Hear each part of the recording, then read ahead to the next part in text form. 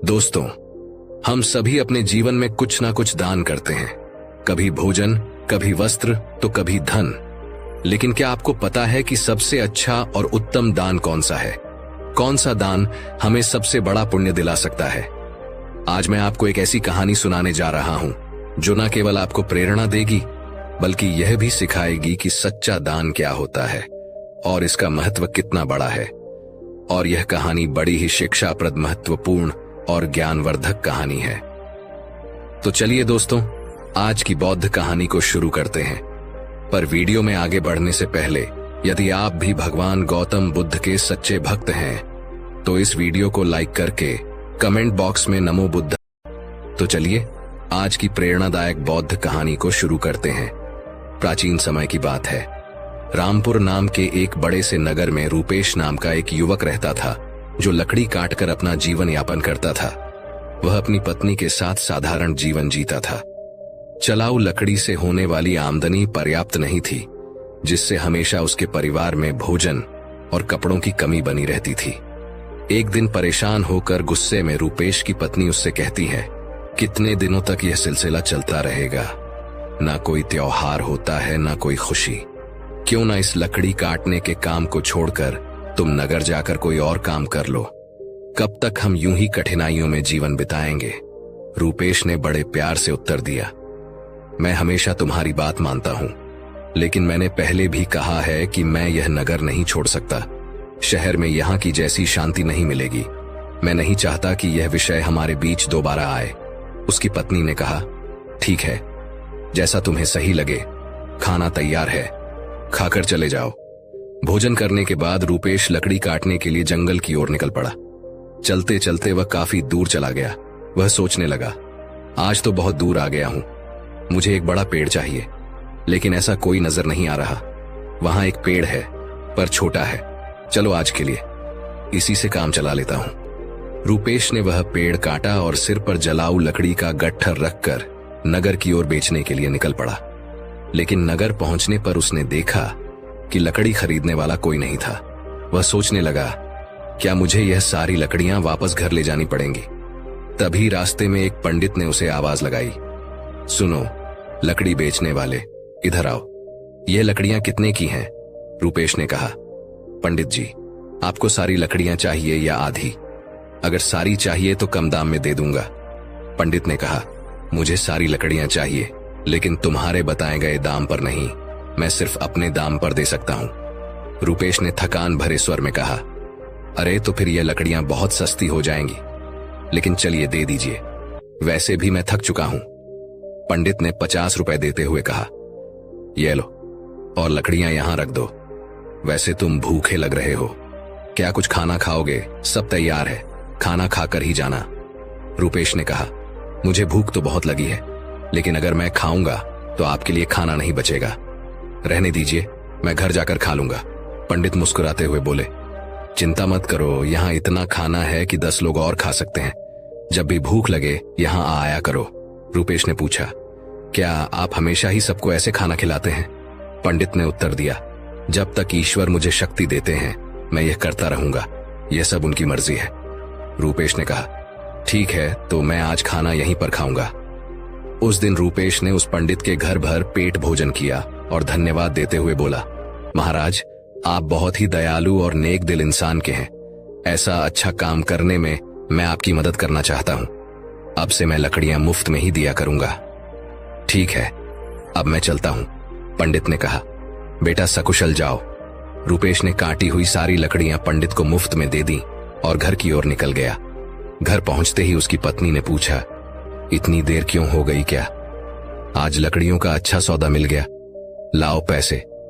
रूपेश ने उत्तर दिया, देखो सौदा अच्छा तो नहीं था, आज केवल 50 रुपए ही मिले थे। ये लो। उसकी पत्नी ने आश्चर्य से पूछा, क्या सच में तुम मुझे केवल 50 रुपए दे रहे हो? मैंने सोचा था कि आज शायद 2 गुना कमा लाओगे, लेकिन तुमने तो आधे ही दिए हैं। इतनी देर तक तुम कहां थे? क्या कर रहे थे? तब रूपेश ने कहा, मैं लकड़ियां बेचने निकला था, लेकिन खरीदने वाला कोई नहीं मिला। फिर पास के नगर गोविंदपुर में पंडित नाम के एक विद्वान के घर चला गया। वे जो भी वहां जाता है उसे से प्यार से भोजन कराते हैं। ऐसे लोगों के लिए हमें कुछ करना चाहिए। उसकी पत्नी ने पूछा, हमेशा खाना खिलाते हैं? फिर तो वे बहुत अमीर होंगे। नहीं तो इतने लोगों को खाना कैसे खिलाते हैं? और तुमने उनकी मदद कैसे की? रूपेश ने कहा, वे उतने अमीर नहीं हैं जितना तुम सोच रही हो। वे एक अच्छी भावना रखते हैं और गोविंदपुर के मंदिर के पुजारी हैं। वे अपनी मेहनत की कमाई से ही सबको खिलाते हैं। मैंने उनकी मदद के लिए कहा कि मैं उनके लिए हमेशा लकड़ियां 50 रुपए में ही काटू कर दे दिया करूंगा। उसकी पत्नी ने कहा, इतना ही काफी है, लेकिन अगर तुम 2 गट्ठर लकड़ी नहीं काट सकते तो हर दिन 50 रुपए में घर कैसे चलेगा? मुझे बताओ। रूपेश ने उत्तर दिया, मैं अपनी हर कोशिश करूंगा और जो भगवान की इच्छा होगी वह होगा। आज मैंने उनके घर खाना खाया है, एक दिन तुम्हें भी वहां ले चलूंगा। इसके बाद रूपेश ने हर दिन जलाव लकड़ी काटी और अपने वादे के मुताबिक पंडित को सिर्फ 50 रुपए में ही बेचा। एक दिन पंडित भोजन करने बैठे ही थे कि बाहर से आवाज आई, महाराज लकड़ी लेकर आया हूं, रुपए दे दीजिए, यहां आकर लकड़ियां ले लीजिए ताकि मैं जा सकूं।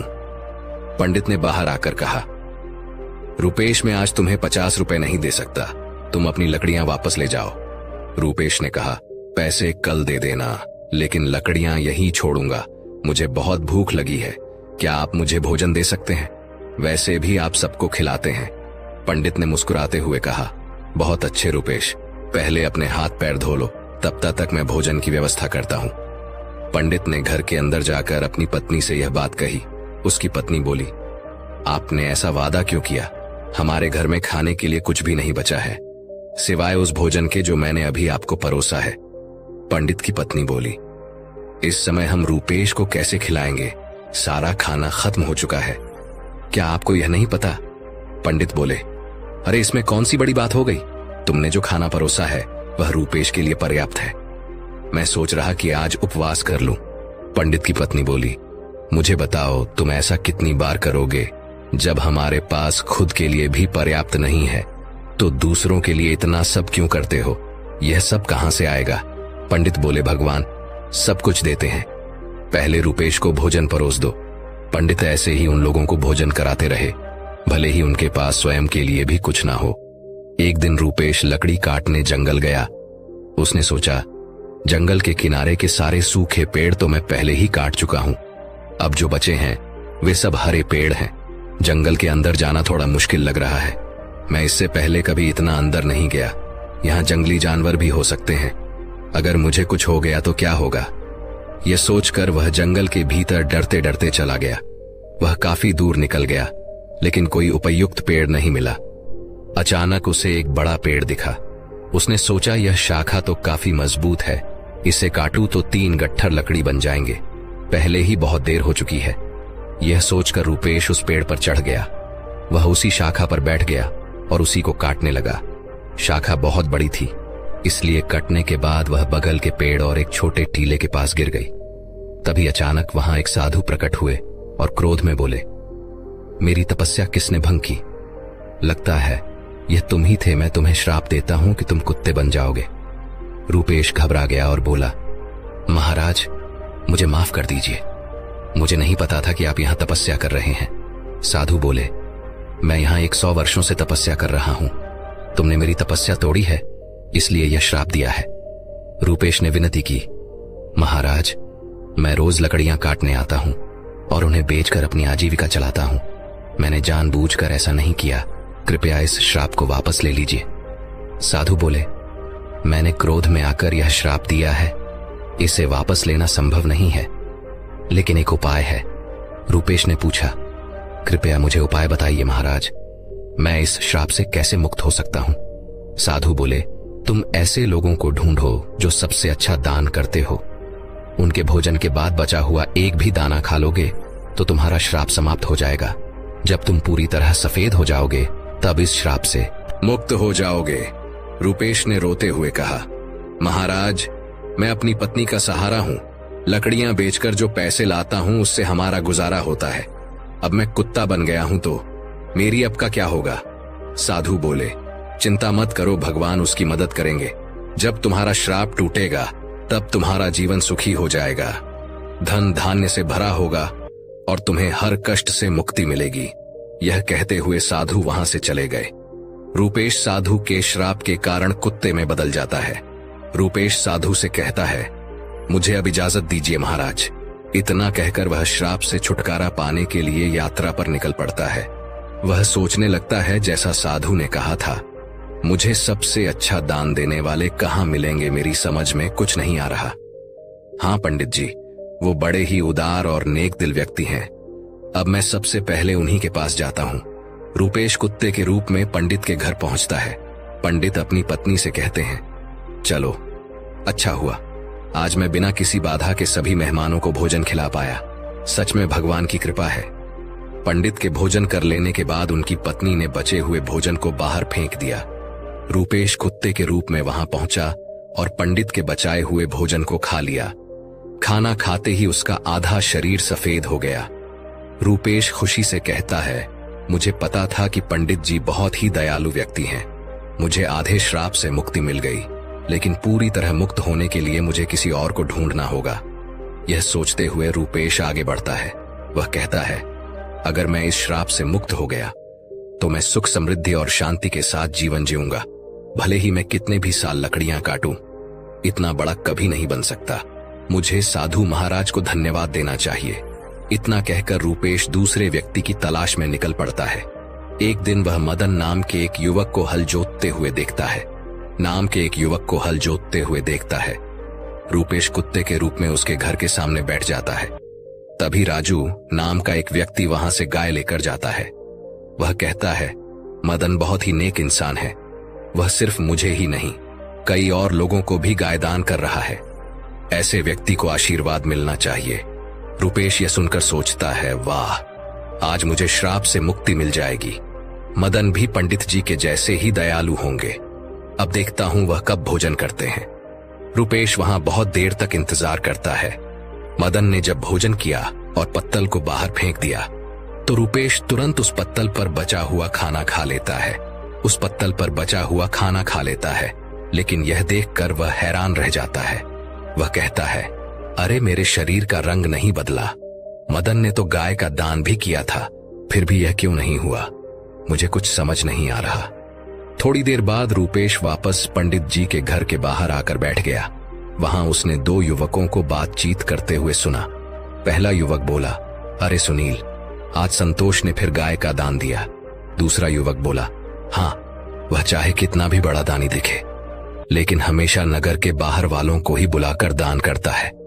सच जानोगे तो हैरान रह जाओगे। उसकी सारी गाय 2 महीने से ज्यादा दूध नहीं देती। पहला युवक चौंक कर बोला, क्या अगर वह ऐसा करता है तो उसे अवश्य ही पाप लगेगा। हमारे सेठ की तरह कोई और नहीं कर सकता। वह एक महान दानी है। 1 हफ्ते से खाना बांट रहे हैं और कल आखिरी दिन अन्य दान के साथ वस्त्र दान भी करेंगे।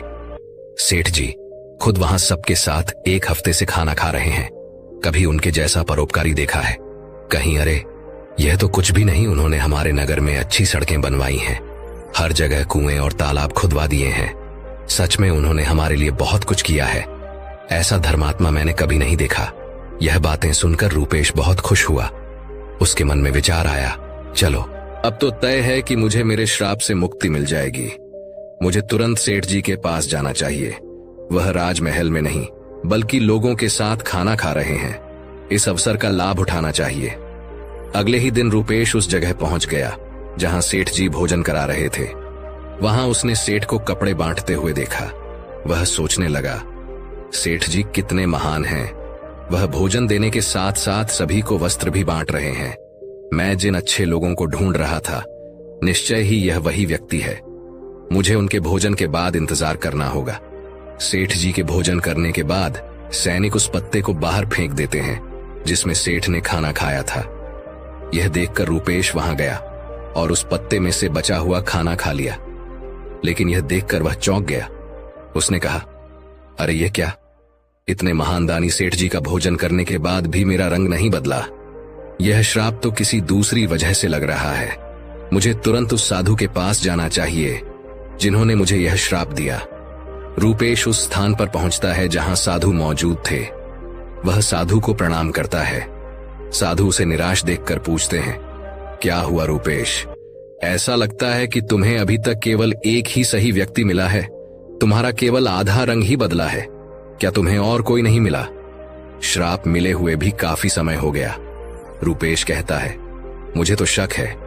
पंडित जी का खाना खाकर मैं आधा फे हो गया। इसके बाद मैंने उनसे भी बड़े दानी लोगों को देखा, लेकिन उनके खाने का कोई असर नहीं हुआ। साधु थोड़ी देर रुककर बोलते हैं, इसमें आश्चर्य की बात नहीं है। उनके कर्मों का वास्तविक स्वरूप जानना जरूरी है। रूपेश जवाब देता है, इसके अलावा हमारे नगर के सेठ बहुत धर्मी हैं। एक हफ्ते तक सेठ ने सभी को भोजन कराया और वस्त्र भी बांटे। इतने धर्मपरायण व्यक्ति द्वारा खाया हुआ भोजन खाने के बाद भी मैं श्राप से मुक्त नहीं हो पाया। इसमें कुछ रहस्य जरूर है। रूपेश ने साधु से कहा, मुझे कुछ समझ नहीं आ रहा है महाराज, कृपया आप ही बताइए। साधु ने कहा, रूपेश, जिन जिन लोगों को तुमने देखा उनमें से किसी का दान सच्चा दान नहीं था। मदन ऐसी चीजें दान कर रहा था जिनकी उसे कोई जरूरत नहीं थी। अगर उसे उनकी जरूरत होती तो वह उन्हें कभी दान नहीं करता। और सेठ जो कुछ भी देता है उसे दान नहीं माना जा सकता, क्योंकि वह खुद नहीं कमाता। वह तुम्हारे जैसे लोगों द्वारा दिए गए कर्ज के मुनाफे का उपयोग राज्य के लोगों पर करता है। साधु ने आगे कहा, कल के दान में जो भोजन और वस्त्र बांटे गए वे भी कर्ज के मुनाफे से ही आए थे। इसीलिए सेठ द्वारा किया गया दान नहीं माना जाएगा। वह सिर्फ लोगों का पैसा लोगों पर खर्च कर रहा है। ऐसे में राजा के भोजन का तुम्हारे श्राप पर कोई असर नहीं हो सकता। समझ लो, सही दान वही था जो पंडित ने भूखे को भोजन देकर किया। भले ही उन्होंने खुद नहीं खाया, लेकिन उनका दान से श्रेष्ठ था। इसीलिए तुम्हें और प्रयास करना होगा। तुम श्राप से मुक्ति के करीब हो। रूपेश ने कहा, समझ गया महाराज, धन्यवाद। उदास मन से रूपेश वहां से चल पड़ा। उसने सोचा, बाप रे, कितनी दूर आ गया हूं, बहुत भूख लगी है। अच्छा होगा कि पास में कुछ खाने को मिल जाए। तभी उसने देखा एक किसान घड़े में पानी लेकर जा रहा था। पास में खड़े दो युवक आपस में बातें कर रहे थे। उस किसान को देख रहे हो, वह रोज इस धूप में इस पानी से भरे मटके से यह से गुजरने वालों को घड़े में से पानी पिलाता है। वह बूढ़ा आदमी 90 साल से अधिक का लगता है, पर फिर भी उसका काम काबिले तारीफ है। थोड़ी देर में किसान ने खाना निकाला और खाने लगा। भूखे रूपेश को देखकर किसान ने अपने भोजन में से कुछ लिया और उसे दे दिया। जैसे ही रूपेश ने वह भोजन खाया, उसका श्राप समाप्त हो गया और वह वापस इंसान बन गया। उसने किसान को धन्यवाद दिया और खुशी खुशी वापस लौट आया। उसने सोचा, सचमुच दान कभी छोटा या बड़ा नहीं होता। भूख मिटाने वाले पंडित और प्यास बुझाने वाले इस किसान जैसा होना ही सच्चा दान है। सबसे अच्छा दान वही है जो अपने स्वार्थ के बजाय दूसरों की मदद के लिए किया जाए। चलते चलते रूपेश अपनी पत्नी के पास नगर पहुंच गया और खुशी से रहने लगा। उधर पंडित ने इतना दान कर दिया था कि उनके पास खाने को भी कुछ नहीं रह गया था। जब उसकी पत्नी ने उससे कहा, पास के नगर में एक राजा रहते हैं जो पुण्य को खरीद लेते हैं। आप उनके पास जाकर अपना कुछ पुण्य बेचकर पैसे ले आइए ताकि हमारा काम चल सके। पंडित ने पहले तो मना कर दिया, लेकिन पत्नी के बार बार कहने पर वह जाने को तैयार हो गया। उसकी पत्नी ने उसके खाने के लिए 4 रोटियां बना दी। पंडित अपने घर से चल दिया। जब वह नगर के समीप पहुंचा तो उसने एक तालाब देखा। वहां स्नान आदि कर्मों से निवृत्त होकर वह रोटियां खाने के लिए बैठा ही था कि एक कुतिया उसके सामने आ गई। कुतिया ने जंगल में बच्चों को जन्म दिया था। 3 दिन से कुतिया और उसके बच्चे भूखे थे। भारी बारिश के कारण वह बच्चों को छोड़कर कहीं जा भी नहीं सकती थी। पंडित ने कुतिया को भूखा देखा तो अपने भोजन में से एक रोटी उसे दे दी। कुतिया ने रोटी खा ली। फिर उसने दूसरी रोटी दी, जिसे कुतिया ने खा लिया। इस तरह पंडित ने एक एक करके अपनी 4 रोटियां कुतिया को खिला दी। कुतिया तृप्त हो गई, लेकिन पंडित खुद भूखा रह गया और वहां से चल पड़ा। पंडित राजा के पास पहुंचा और कहा, मैं अपना पुण्य बेचना चाहता हूं। राजा ने कहा, आप दोपहर के बाद आइए। राजा ने अपनी पत्नी से पूछा, एक विद्वान यहां आया है जो अपना पुण्य बेचना चाहता है। तुम्हारे अनुसार उसके पुण्य में से कौन सा पुण्य सबसे बड़ा है जिसे मैं खरीदूं? यह सुनकर राजा की पत्नी बोली, आप उस पंडित से वह पुण्य खरीद लीजिए जो आज उसने जंगल में एक बच्चों वाली कुतिया को रोटी खिलाकर कमाया है। वही पुण्यम अच्छा है। पत्नी की यह बात सुनकर राज पंडित के पास गया और बोला, आप कौन सा पुण्य मुझे देंगे? पंडित बोला, आप कौन सा पुण्य लेना चाहते हैं? राजा ने कहा, आज आपने जो यज्ञ किया हम उसी का पुण्य लेना चाहेंगे। पंडित ने कहा, मैंने आज कोई यज्ञ नहीं किया, मेरे पास इतना धन ही नहीं है कि यज्ञ कर सकूं। राजा ने उत्तर दिया, आपने आज तालाब किनारे एक भूखी कुतिया को 4 रोटियां खिलाई हैं, हम वही पुण्य खरीदना चाहते हैं। पंडित ने पूछा, उस समय तो वहां कोई नहीं था, आपको कैसे पता चला? राजा ने कहा, री पत्नी पतिव्रता है, उसने यह सब देखा और मुझे बताया। पंडित ने कहा, अच्छा, लेकिन इसका मूल्य क्या देंगे? राजा ने कहा, आपकी रोटियों जितने वजन का जो कुछ भी था, मैं उतने ही वजन के हीरे मोती तौल कर दूंगा। पंडित ने सहमति दे दी। राजा ने रोटियों के वजन की बराबरी के लिए तराजू में हीरे और मोती रखवा दिए, लेकिन जितने भी रत्न रखे गए, रोटी वाला पलड़ा ऊपर नहीं उठा। राजा ने कहा, और रत्न लेकर आओ। जब पंडित ने अपने पुण्य का ऐसा प्रभाव देखा तो उसकी आंखें खुल गईं। उसने कहा, राजा जी, मैं अभी यह पुण्य नहीं बेचूंगा। राजा बोला, जैसी आपकी इच्छा। पंडित वहां से चला गया। वह उसी तालाब के पास पहुंचा जहां उसने कुतिया को रोटियां खिलाई थी। वहां से उसने कुछ चमकते हुए कंकड़, पत्थर और कांच के टुकड़े उठाए, उन्हें एक कपड़े में बांधा और अपने घर लौट आया। घर पहुंचकर उसने अपनी पत्नी से कहा, इस पोटली को भोजन करने के बाद खोलना। इतना कहकर वह बाहर चला गया। पत्नी के मन में पोटली खोलने की उत्सुकता हो रही थी। उसने पोटली खोली तो उसमें हीरे, पन्ने और माणिक चमक रहे थे। वह बेहद प्रसन्न हुई। थोड़ी देर बाद जब पंडित वापस आया तो उसकी पत्नी ने पूछा, इतने सारे हीरे पन्ने कहां से ले आए? पंडित ने कहा, क्यों, मजाक कर रही हो? पत्नी बोली, मजाक नहीं कर रही, मैंने खुद पोटली खोलकर देखी है, उसमें तो ढेर के ढेर बेशकीमती हीरे पन्ने भरे पड़े हैं। पंडित बोला, मुझे लाकर दिखाओ।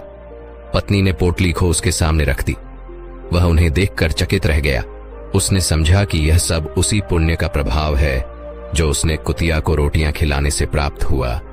फिर उसने अपनी यात्रा का सारा वृत्तांत अपनी पत्नी को सुनाया। उसने बताया कि किस प्रकार होता है राजसी और तामसी दान का फल सीमित। एक भूखी कुतिया और उसके बच्चों को रोटियां देने के कारण यह चमत्कार हुआ। उसने यह भी कहा कि यह सब भगवान की कृपा और दया का ही परिणाम है। पंडित ने अपनी पत्नी से कहा, यह भगवान का संदेश है कि जरूरतमंद की मदद करना सबसे बड़ा पुण्य है। जो व्यक्ति दुखियों और अभावग्रस्त लोगों की सहायता करता है, उसे ईश्वर अनंत गुना फल प्रदान करते हैं। दोस्तों, आज के समय समाज में कई लोग दान सिर्फ अपने मान सम्मान और प्रतिष्ठा के लिए करते हैं। वे इसे एक सामाजिक दिखावे के रूप में अपनाते हैं। ऐसे दान से ना तो सच्चा पुण्य मिलता है और ना ही इसका समाज में कोई दीर्घकालिक प्रभाव होता है, और कभी कभी यह व्यक्ति को गर्व और अहंकार की ओर ले जाता है। जैसे इस कहानी में पंडित ने अपनी भूख की परवाह किए बिना कुतिया और उसके बच्चों को 4 रोटियां दी। उसने सोचा भी नहीं था कि उसका यह छोटा सा त्याग इतना बड़ा फल देगा। यह कथा यह भी बताती है कि जरूरतमंद की सहायता करने का असली अवसर वही होता है जब वह वास्तव में संकट में हो। आपदा के समय दिया गया थोड़ा सा सहयोग भी अनमोल हो सकता है। यह न केवल पीड़ित व्यक्ति के जीवन को बदलता है, बल्कि दाता के जीवन में भी सकारात्मक परिवर्तन लाता है। दान का उद्देश्य मानवता को प्रोत्साहित करना और समाज को जोड़ना है। जब कोई व्यक्ति त्याग की भावना से प्रेरित होकर दान करता है तो वह अपनी आत्मा को शुद्ध करता है। यह त्याग मनुष्य को अहंकार से मुक्त करता है और उसे ईश्वर के समीप ले जाता है। इस कहानी में पंडित का अनुभव यह सिखाता है कि भगवान की कृपा से छोटे छोटे कार्य भी महान फल दे सकते हैं। कंकड़ पत्थर भी भगवान की कृपा से हीरे और माणिक बन सकते हैं। यही संदेश है कि सच्चा पुण्य त्याग और निस्वार्थ सेवा में है।